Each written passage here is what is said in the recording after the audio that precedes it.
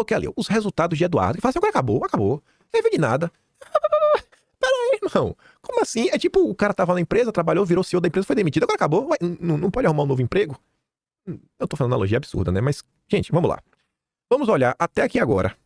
Independente se Magnitsky, tarifa, se tudo isso daí não existir mais. Vamos tentar fazer um tiratema de algumas coisas e vocês me dizem se bater o martelo ou não. Eu coloquei aqui 6 temas. 6 blocos. Primeiro lugar, capital político institucional. Depois de todas as ações do Eduardo vai ser visto ao longo dos anos aí como um político qualquer? Um cara qualquer. Eduardo é só mais um aí, sabe?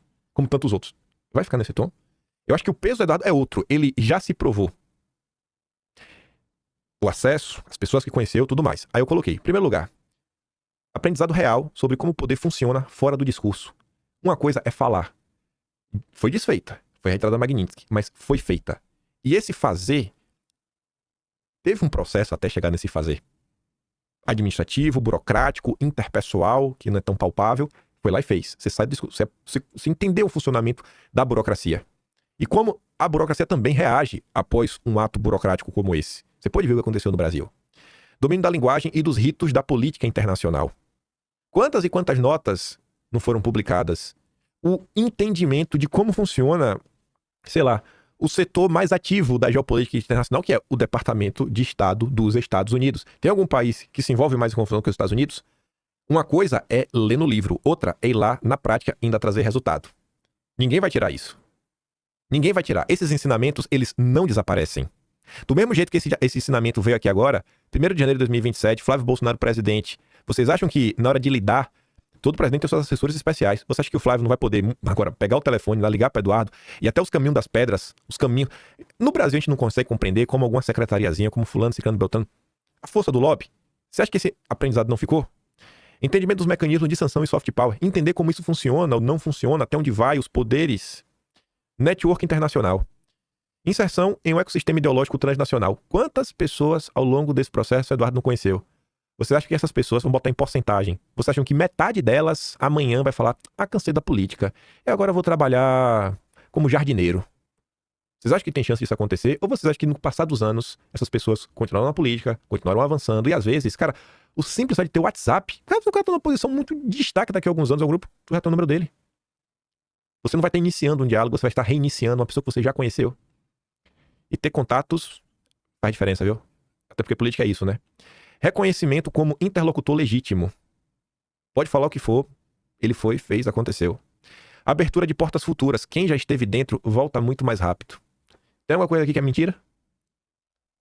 Terceiro, clarificação do campo político brasileiro. Isso daqui pra mim é impagável. Vocês que me acompanham com mais frequência entendem, né? Mapeamento explícito de lealdades. O que teve de máscara que caiu.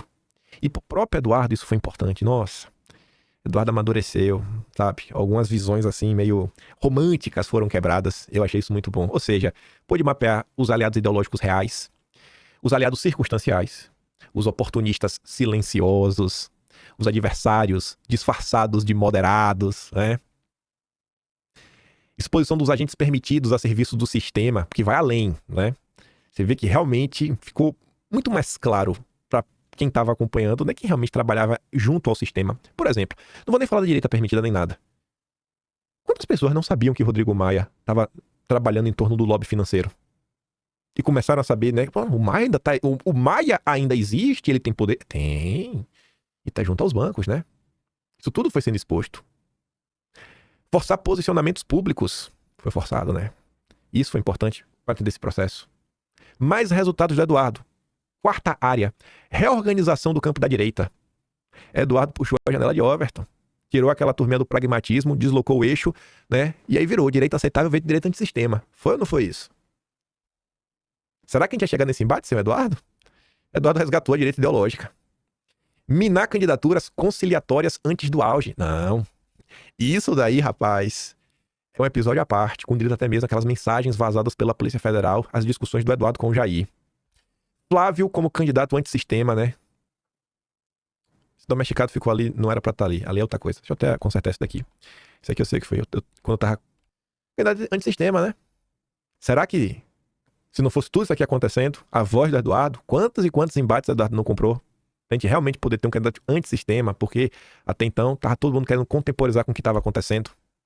E os dois últimos tópicos. Primeiro, a construção da narrativa histórica. Registro documental de abusos, que precisaram fazer isso daí ao longo do processo, né?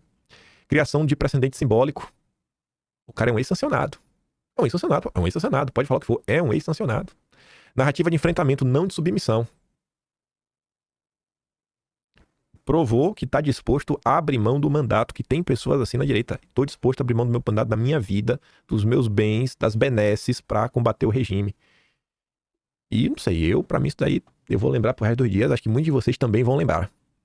Sabe, não é o falar, é o que aconteceu, é contar a história do que já aconteceu.